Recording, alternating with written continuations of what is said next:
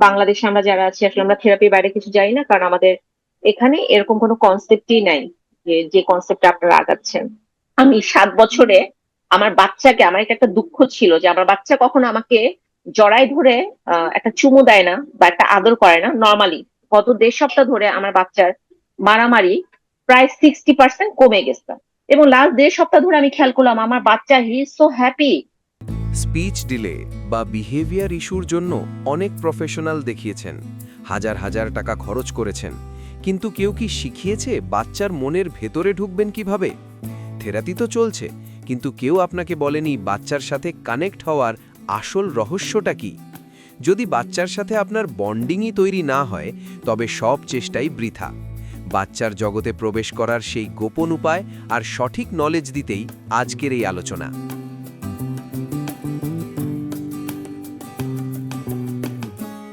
আহ যেটা হয়েছিল স্যার, আমি যখন হচ্ছে ব্লক টু ব্রেক থ্রু এই গ্রুপে অ্যাড হই এবং হচ্ছে যে সেশন গুলো প্রথম 2-3টাতে আমি যখন ছিলাম, আহ আমার একটু বিরক্তই লাগছিল আসলে। মানে আমরা যেটা হয় না সব রেডিমেড চাই যে আমার প্রবলেম যেটা সেটা হচ্ছে স্পেসিফিক ধরে ধরে এটার এই সমস্যার সমাধানটা এরকম হবে, এরকম হয়তো বা কিছু একটা বলবে, ওই আশা থেকে আসলে জয়েন করা। কারণ আসলে আমাদের বাংলাদেশে আমরা যারা আছি আসলে আমরা থেরাপির বাইরে কিছু জানি না, কারণ আমাদের এখানে এরকম কোনো কনসেপ্টই নাই যে যে কনসেপ্টে আপনারা আগাচ্ছেন। তো এনিওয়ে, আমি তখন একটুখানি বিরক্ত ছিলাম, কারণ আমার কাছে বারবার মনে হচ্ছিল কি বলে বারবার শুধু কানেকশন কানেকশন। কি কানেকশন বিল করবো? বাচ্চা আমার নিজের বাচ্চা, ওর সাথে আবার নতুন করে কানেকশন তৈরি করার কি আছে? এবং আমার হাজবেন্ড সে আমাদের সাথে থাকেন না, চাকরির কারণে দূরে থাকেন, সপ্তাহে একদিন আসেন। তো আমার বাচ্চা ওই সপ্তাহে একটা দিন আমি দেখি যে খুব এনজয় করে তার বাবার সাথে, তার বাবার সাথে তার কানেকশনটা খুব ভালো। আর আমার সাথে বাকি 6 দিন আমার বাচ্চার কোনো কানেক্টিভিটি নাই। কিন্তু আমি আমার বাচ্চার জন্য ইফোর্ট ওর বাবার চাইতে বেশি দিই। যেমন ওর বাবা হচ্ছে খুব রুলস মেনটেন করে। লাইক সকাল 8টায় ঘুম থেকে উঠবে, রাত 10টার মধ্যে ঘুমায় যাবে, খাবার টাইম মানে হচ্ছে দুপুর 2টা মানে দুপুর 2টা, ওটা 2:30 হলে চলবে না, এরকম খুব স্ট্রিক্ট নিয়ম মেনটেন করে। কিন্তু বাচ্চা বাবার আহ সঙ্গটা খুব পছন্দ করে। তো আমি পরে চিন্তা করে দেখলাম বাচ্চা বাবার সাথে কি করে। করে হচ্ছে সারাদিন রেসলিং, ওর বাবার সাথে খেলে। এবং আমার বাচ্চা টিভিতে রেসলিং, আহ এই মারামারি এগুলোই বেশি দেখে। তো আমি ভাবলাম, তো আমি আমি আমার আমার হাজবেন্ডকে আমি মনে দুঃখ নিয়ে বলতেছিলাম এটা একটা আঙ্কেল, আমি আমার হাজবেন্ডকে মনে দুঃখ নিয়ে বলতেছিলাম যে তুমি সপ্তাহে একদিন আসো, তাতে বাচ্চা তোমার সাথে খেলার জন্য পাগল হয়ে থাকে। তো এই লাফালাফি ঝাপাঝাপি খেলা তো আমার দ্বারা পসিবল না, ওকে তুলে উপর থেকে নিচে খাটের মধ্যে আছাড় মারা, রেসলিং খেলা, এগুলো তো আমি পারবো না। তো এই কারণে হচ্ছে বাচ্চা আমার সাথে খেলে না, ইন্টারেস্টেড ফিল করে না। ওর বাবা বলছে যে তুমি কেমন টাইপের মা, বাচ্চা হচ্ছে তোমাকে পছন্দ করে না, দেখো আমাকে পছন্দ করে, কারণ আমি ওর মন মতো খেলতে পারি, তুমি খেলতে পারো না। তো এটা নিয়ে আমার একটা প্রশ্নের জায়গা ছিল। এবং মেইনলি আসলে এই কোর্সে জয়েন করাটা হচ্ছে, যেমন আমার বাচ্চার স্পিচ আছে, সে ছোট ছোট করে কথাগুলো বলতে পারে, 3-4 শব্দের কথাও মাঝে মধ্যে বলে, কিন্তু আমার বাচ্চা এক্সপ্লেইন করে কোনো কথা বলতে পারে না। লাইক পড়ে গেলে বলবে মা ব্যথা পেয়েছি, কোথায় ব্যথা পেয়েছো, হাতে পেয়েছি, কিভাবে পেয়েছো ব্যথাটা, ও কিভাবে পেয়েছে ওটা ন্যারেট করে বলতে পারবে না।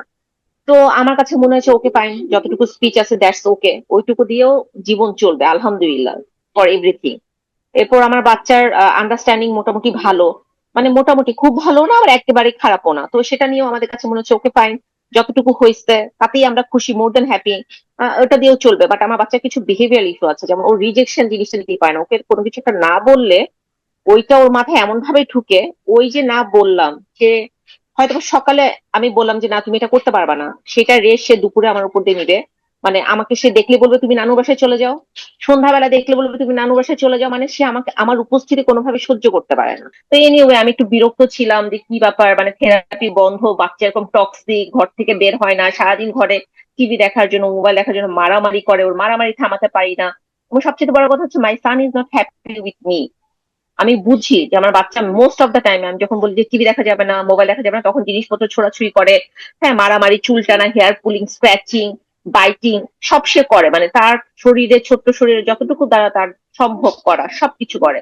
এবং আমি আসলে নিতে পারছিলাম না, কারণ আমি একে তো রিমোট এরিয়ায় থাকি, এর মাঝখানে আমার প্যারেন্টস এর কোনো সাপোর্ট নাই, আত্মীয় স্বজন কেউ এখানে নাই। ছোট ছোট দুইটা বাসার মধ্যে বাচ্চার এই ট্যান্ট্রাম, এই রুমে মার খাই তো ওই রুমে যাই, ওই রুমে মার খাই তো এই রুমে আসি। দুপুরে বাচ্চাকে নিয়ে ঘুমাতে পারি না, ঘুমাতে গেলে বলে নানুর বাসায় চলে যাও, রাতে ঘুমাতে গেলে বলে নানুর বাসায় চলে যাও, ওকে আমি ঘুম পাড়াতে পারি না, খুবই ঝামেলা। আর ওর বাবা যখন সপ্তাহে একদিন আসে, ওর বাবা বলে কই, বাচ্চা তো আমার সাথে ঘুমাচ্ছে, বাচ্চা তো আমার সাথে খেলতেছে, তোমার সাথে কেন হয় না, এই না সেই না। তো এটা নিয়ে আমার একটা দুঃখবোধের জায়গা ছিল। এবং আমি আসলে মেইনলি এই কোর্সে জয়েন করছি যে আমার বাচ্চার বিহেভিয়ারাল ইস্যু গুলার টেকনিক শিখবো আমি, যে ও যখন মারামারি করে তখন আমাকে কি করতে হবে এটা আমাকে জানতে হবে, বা ওর স্ক্রিনিং টাইম কমানোর জন্য কি কি বুদ্ধি অ্যাপ্লাই করার জন্য এইটা আমাকে জানতে হবে। কারণ আমি আসলে বিহেভিয়ারাল ইস্যু গুলো এখন আমার কাছে খুব বেশি ঝামেলা মনে হচ্ছে। আমার মনে হচ্ছে ও যখন বড় হবে, ওর শরীরে যখন আরো শক্তি বাড়বে, তখন ও এখন আমাকে ঘরে মারে, এরপরে বাইরের মানুষকে মারবে, তখন তো ও নিজে মার খেয়ে পাশে আসবে, ওটা তো আমি দেখতে পারবো না মা হিসেবে। তো ওটার জন্য এখানে ঢোকা। তো আমি ঢুকে দেখলাম প্রথম 2-3 ক্লাসে মানে আপনি স্যার মানে আমি I am very sorry to say, but আমি আমার মনের কথাটাই বলছি, আমি আসলে কোনো কাটছাট কিছু বলবো না, আমি খুব স্ট্রেট ফরওয়ার্ড একটা মানুষ। আমি দেখলাম যে একজন নিউরোলজিস্ট, তাকে আমি ফেসবুকের কল্যাণে পেলাম, কিন্তু সে তো কোনো সমাধানের কথা বলে না। সে শুধু বলতেছে যে এতদিন আপনারা ভুল পথে ছিলেন, আপনারা একসেপ্ট করতেছেন তো যে ভুল পথে ছিলেন, আপনাদের স্ট্র্যাটেজিটা ঠিক ছিল না, ঠিক থাকলে আপনাদের বাচ্চাদের প্রবলেম সলভ হয়ে যেত, এইসব কথা। তো আমার কাছে একটু বিরক্ত লাগলো যে ভাই, আমরা যদি ঠিক পথেই থাকতাম তাহলে তো আমরা এই কোর্সে জয়েন করতাম না, কারণ আমাদের কোনো সমস্যাই থাকতো না।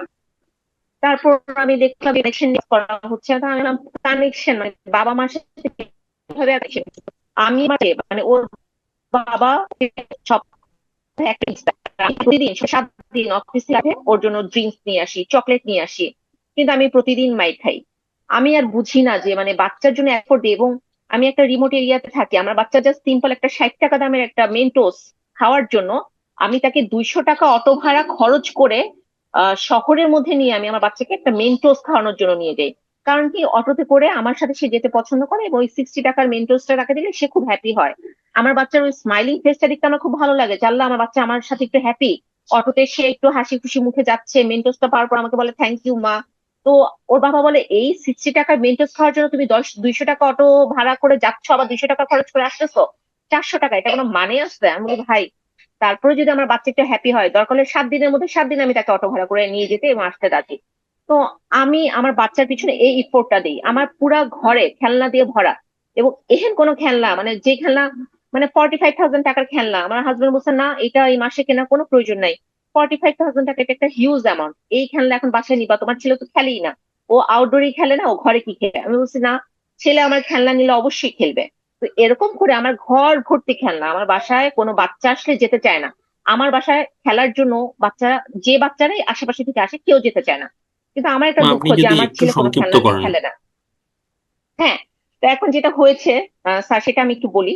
আমার বাচ্চা বাইরে যায় না, আমার বাচ্চা খেলে না, আমার বাচ্চা কোনো ইন্টারেস্ট নাই, আমার বাচ্চা ইন্টারেস্ট শুধু টিভি, এবং ওই টিভিটা তো আমি তাকে দিতে চাই না। তো আমি এই কথাগুলাই প্রবাবলি 1.5 উইক আগে, 1.5 সপ্তাহ আগে, আমি মনে হয় আত্রি সাহা একজন দিদি আছেন, দিদির সাথে আমি বলছিলাম যে দিদি আপনাদের কোর্সটা আসলে কতটুকু ইফেক্টিভ হবে, আমি তো কিছু বুঝতে পারতেছি না। আর কোর্সে আমি যখনই 2-3টা দিন, এবং আমার বাচ্চা যেহেতু খুব স্ক্রিন অ্যাডিক্টেড, আমি তো সারাদিন কানে হেডফোন দিয়ে, এই যে এখনো যেমন কানে আমার হেডফোন, আমি মোবাইলটা জাজিমের নিচে ঢুকাই রাখি, তোষকের নিচে ঢুকাই রাখি, যাতে আমার ছেলে মোবাইল না দেখে। এবং ওদের আমার তো ভিডিও অফই থাকে মোস্ট অফ দ্য টাইম, কারণ আমার ছেলেকে আমি মোবাইল দেখালে এখন ওর মারামারি কাটাকাটি আরো শুরু হয়ে যাবে মোবাইলের জন্য। তো আমি বললাম যে দিদি, আমি এত কষ্ট করে আপনাদের এই ক্লাসটা জয়েন করি, 2-3টা ক্লাস আমি দেখলাম, স্যার তো কিছু শিখাচ্ছে না, কিছু শেখানোর কথা বলে না, খালি বলে কানেকশন কানেকশন। আমি আর বাচ্চার সাথে কিভাবে কানেকশন তৈরি করব? আমি তোর বাবার মতো মারামারি কাটাকাটি তো ওর সাথে করতে পারবো না, রেসলিং খেলা খেলতে পারবো না, আমি তো কানেকশন তৈরি করতে পারতেছি না।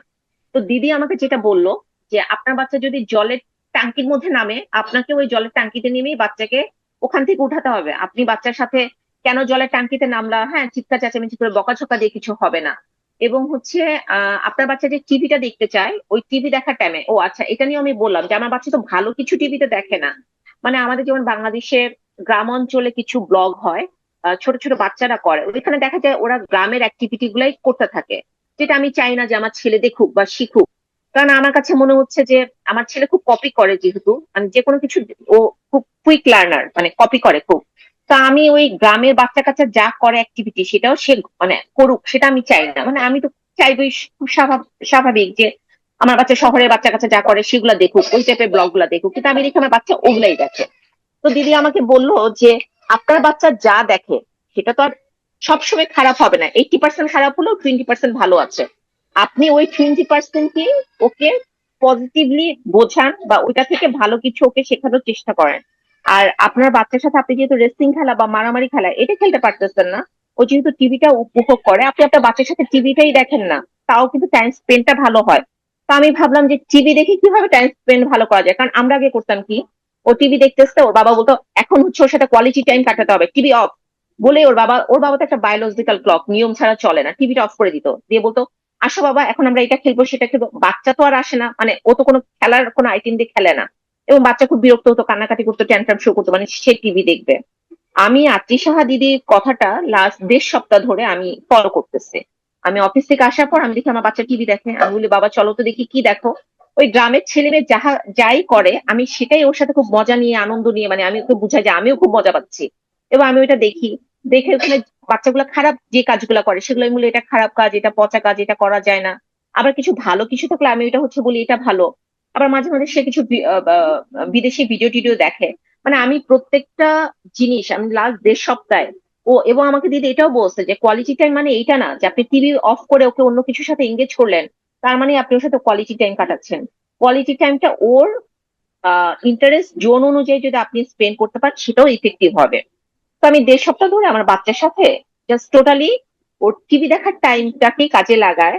মানে দেখা গেল একটা গ্রামের বাচ্চা একটা বাচ্চাকে মারতেছে, আমার ছেলে কিন্তু খুব মারামারি করে, আমি অনেক বলছি বাবা আমি ব্যথা পাচ্ছি মা, আহ, আহ, ব্যথা পেলে কিন্তু মা তোমাকে ব্যথা দিব, মা কিন্তু তোমাকেও সেম মার দিব, এই এরকম বকাঝকা আমি অনেক করছি। কিন্তু আমার বাচ্চা যখনই আমি ব্যথা পাই, যখন বলি মা ব্যথা পাই, আমার মুখের দিকে তাকায় বলে কি হয়েছে মা। আমি বলি, মা ব্যথা পাচ্ছি, তুমি চিমটি দিচ্ছ, মাকে খামচি দিচ্ছ, মা চুল টানতেছো, আমি ব্যথা পাচ্ছি। বাট আমার ছেলে আবার জিজ্ঞেস করতো কি হয়েছে মা, কি হয়েছে মা, মানে হয় সে বুঝতো না, অথবা সে আমার রিয়াকশনটা দেখার জন্য অপেক্ষা করতো। কিন্তু এই যে গ্রামের বাচ্চারা যখন মারামারি করে, তো আমি এরকম বললাম বাবা দেখো ও ব্যথা পাচ্ছে, ওর পা ভেঙে গেছে, এই হয়েছে সেই হয়েছে। মানে ওটা আমি ভিডিও আকারে যখন দেখার জন্য শুরু করলাম, গত 1.5 সপ্তাহ ধরে আমার বাচ্চার মারামারি প্রায় 60% কমে গেছে, 40% মারামারি এখনো আছে। এবং কানেক্টিভিটি, ওর সাথে মনে হয় আমার কানেকশনটা, আমি জানি না, আমার বাচ্চা তো প্রায় 7 ইয়ার্স ওল্ড। আমি 7 বছরে আমার বাচ্চাকে, আমার এটা একটা দুঃখ ছিল যে আমার বাচ্চা কখনো আমাকে জড়ায় ধরে একটা চুমু দেয় না বা একটা আদর করে না নর্মালি। মানে ওই যে ও রিজেকশন নিতে পারে না, ওকে একটা বকা দিলে ঝকা দিলে বা তুমি টিভি দেখবা না, তুমি এটা নিবা না সেটা নিবা না, ও ওই রাগটা পুষে রাখে এবং ওইটার জন্যই সারাদিন নানুর বাসায় চলে যাও নানুর বাসায় চলে এরকম করতে থাকে। কিন্তু রাতে ঘুমানোর সময় তার হয়তোবা জ্বর, সে হয়তোবা হি ইজ ফিলিং সিক, ও রাতের বেলা ঘুমের ঘোরে বলবে মা আমার গলা ধরো, মা আমাকে চুমু দাও, এগুলো ঘুমের ঘোরে বলে। কিন্তু সে যখন সজাগ থাকে সেগুলো করে না। কিন্তু আমার বাচ্চা লাস্ট 1.5 সপ্তাহ ধরে আমি খুবই অবাক যে যে বাচ্চাকে আমি দুপুরে ঘুম পাড়াতে পারি না, রাতে আমি ঘুম পাড়াতে পারি না, আমার উপস্থিতি সে সহ্যই করতে পারে না। লাস্ট 1.5 সপ্তাহ ধরে আমি অফিস থেকে আসতেছি, আসার পর আমি সুন্দর করে কাউন্ট ডাউন করি বাবা এখন আমরা টিভি আর দেখবো না, লাস্ট 5 মিনিটস অর 10 মিনিটস তুমি দেখতে পারবা। কাউন্ট ডাউন করার পর সে টিভি অফ করে দিচ্ছে, আমার গলা ধরে সে ঘুমায় যাচ্ছে। ও আচ্ছা, আরেকটা কাজ আমি যেটা করতাম, আমার বাচ্চা স্কুলে কোনোভাবেই যেতে চাইতো না, এবং ওর স্কুলটাও তো অনেক দূরে, স্কুলেও যেতে হতো অটোতে করে। আর আমি আমার অফিসে যে জিপে করে, তো আমার ছেলে ঢাকায় যখন ছিল ও তো অটো কখনো দেখে নাই। আহ মানে আমরা যে এরিয়াটাতে থাকতাম ওই এরিয়াতে অটো বাস রিক্সা সিভিল ভেহিকেল গুলা অ্যালাউড ছিল না, তো ওইগুলা দেখে নাই। তো ও তো অনেক কথা এক্সপ্লেন করে বলতে পারে না, তো আমি ভাবতাম যে ও মনে হয় সবসময় গাড়িতে চড়তে চড়তে অটোটা মনে হয় পছন্দ করতেছে না, অটোতে সে উঠতে চাচ্ছে না। পরে আমি আবিষ্কার করলাম, মানে সবসময় আমাকে যেটা আপনি সাহেব বলো আপনি ফাইন্ড আউট করেন।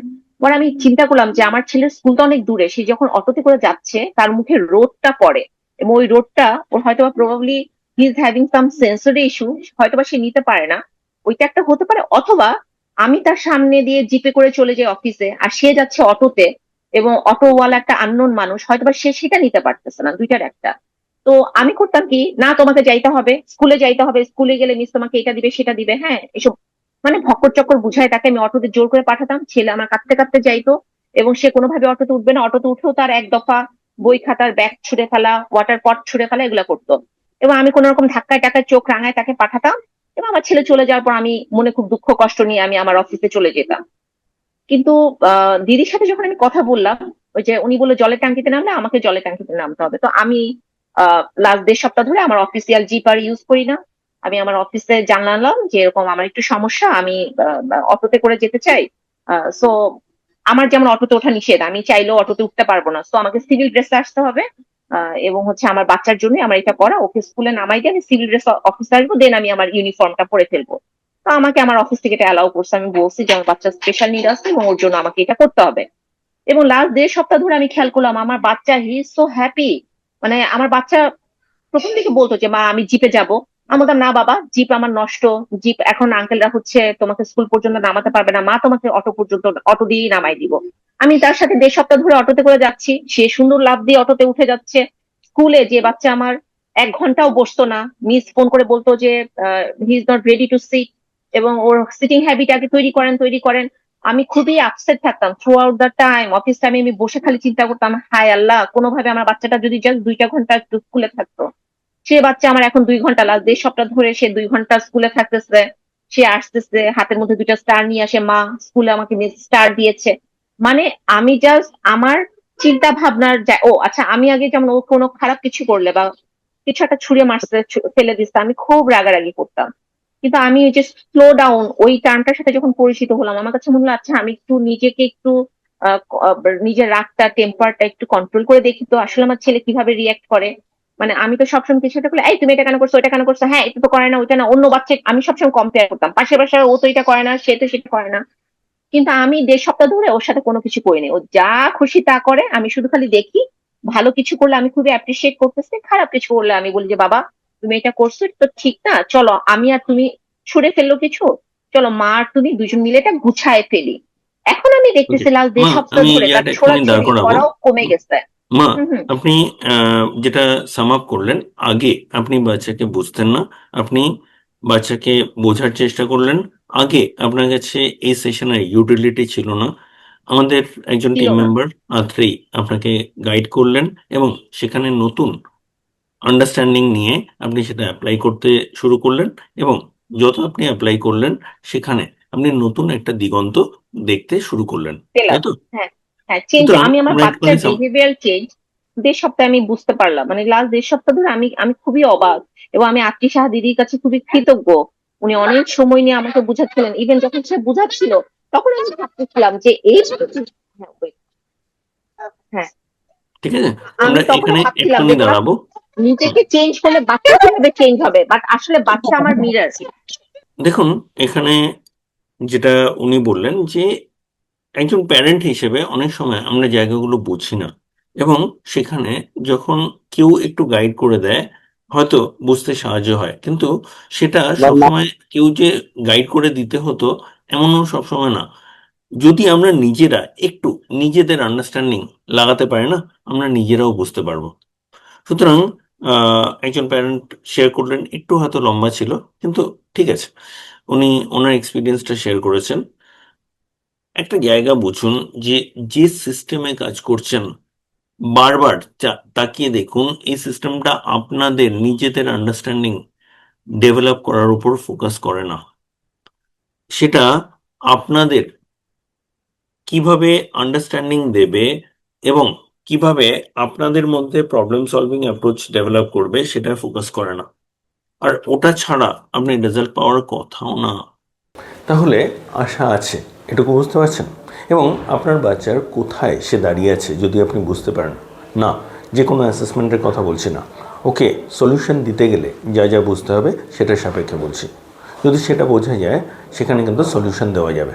সুতরাং আপনারা যদি একটা ফ্রি ডেভেলপমেন্টাল অডিট চান, আমাদের নাম্বার দেওয়া রইল, হোয়াটসঅ্যাপে যোগাযোগ করুন, জানান যে আপনি একটা ফ্রি ডেভেলপমেন্টাল অডিট চাইছেন, আমরা অবশ্যই আপনাকে সাহায্য করব। এবং যদি আপনি আমাদের সাথে কাজ করতে চান, যদি পুরোটা কীভাবে হচ্ছে বুঝতে চান, আমাদের সেখানেও যোগাযোগ করুন, আমরা অবশ্যই আপনাকে জানাবো। নিচে ডেসক্রিপশনে ডিটেলস দেওয়া রইল, আমাদের স্ক্রিনেও ডিটেলস দেখতে পাচ্ছেন। আমরা আছি আপনার সাথে। নমস্কার।